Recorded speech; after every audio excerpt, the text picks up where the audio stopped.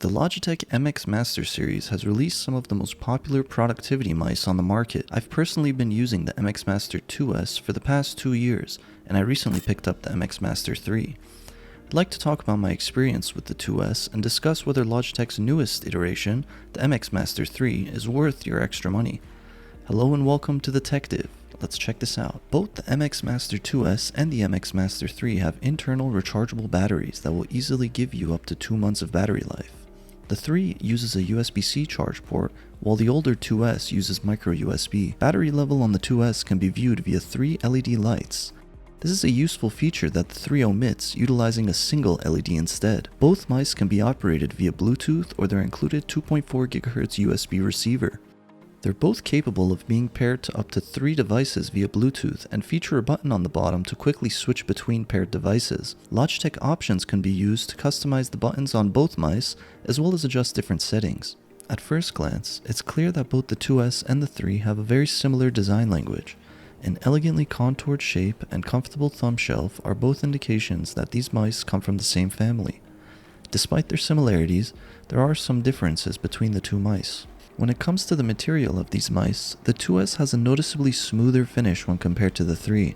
It's a harder, plastic-feeling material throughout most of the mouse, with an area of rubberized latex on the thumb shelf as well as on the other side where your pinky would rest. Both of these rubberized areas feature a nice hexagonal design. The 3 goes further and covers nearly every part of the mouse with a similar rubberized latex finish. This creates a much grippier surface than the 2S and provides a much more secure grasp. Logitech also switched up the design and went with a wave-like texture that flows around the mouse. From my own use, I'm not the biggest fan of how the entire surface of the 3 is covered in this rubberized finish. It definitely does a good job at providing more grip, but I just can't seem to get used to its somewhat gritty feel in the hand. The differences between these two mice don't just stop with their finish. Logitech also reshaped some of the dimensions of the MX Master 3, creating a very different feel in the hand. The 2S has a slightly shorter height and wider grip when compared to the 3, coming in at about 49mm tall with a grip width of 62mm and a length of 126mm. On the other hand, the MX Master 3 comes in at 52mm tall with a grip width of 58mm and an overall length of 122mm. Logitech also decided to reshape the profile of the 3 quite a bit. The top of it is angled much more aggressively than on the 2, creating a steeper slope. I'm not sure why Logitech decided to go with this shape, as I find it less comfortable when compared to the 2, but I feel they might have done so to accommodate a wider range of hand sizes, as the physical dimensions explain. While using the 3, my hand tends to be in a slightly more closed position due to the slimmer grip width, making it a bit less comfortable. The buttons are another area where Logitech made some notable improvements. The 2S's dual side buttons are small and oddly placed. At first, I found myself accidentally activating both at the same time, as they basically require you to use the corner of your thumb to be precise.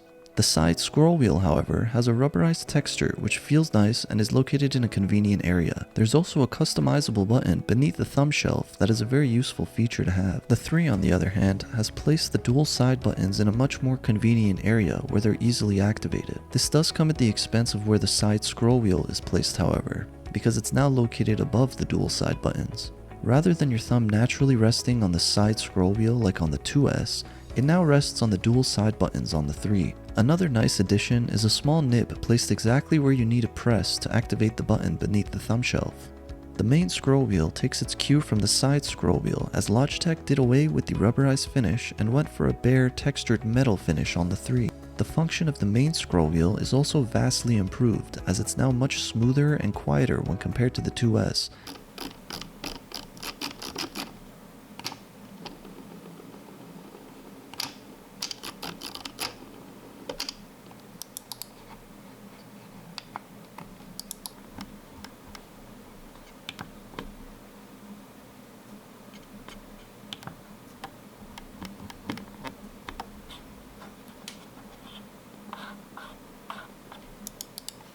The freewheel mechanism on the 3 is also nearly silent while being activated.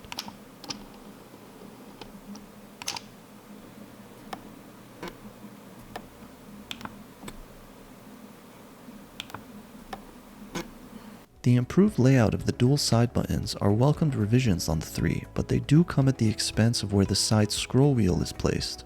The newly improved middle scroll wheel is also a nice addition that gives the mouse a much more solid, high-end feel. Overall, the 3 offers several tangible improvements to the quality and function of its buttons. So which mouse should you buy? After owning the MX Master 2S for the past 2 years, I haven't regretted owning it once. Could it be better? Sure, the odd position of the dual side buttons as well as the loud, unrefined feel of the scroll wheel are things that Logitech could have improved. That's exactly what they did with the MX Master 3. But with the MX Master 2S costing around $60 at the time of making this video, and the MX Master 3 costing $99, would I pay nearly twice the price for the 3? Simple answer is no. Like I said, I'm very happy with the 2S. Although it isn't perfect, the areas Logitech improved on come at the expense of things I find more important, such as how the mouse fits and feels in the hand. The 2S is simply a more comfortable mouse for my somewhat larger hands, and considering it's nearly half the price of the 3, it's an even better value than when I first picked it up. If you made it this far into the video, I'd just like to say thanks. If you enjoyed the video, please don't forget to like and subscribe. I'll be uploading more reviews on various tech I find interesting. Thanks for watching, see you in the next one.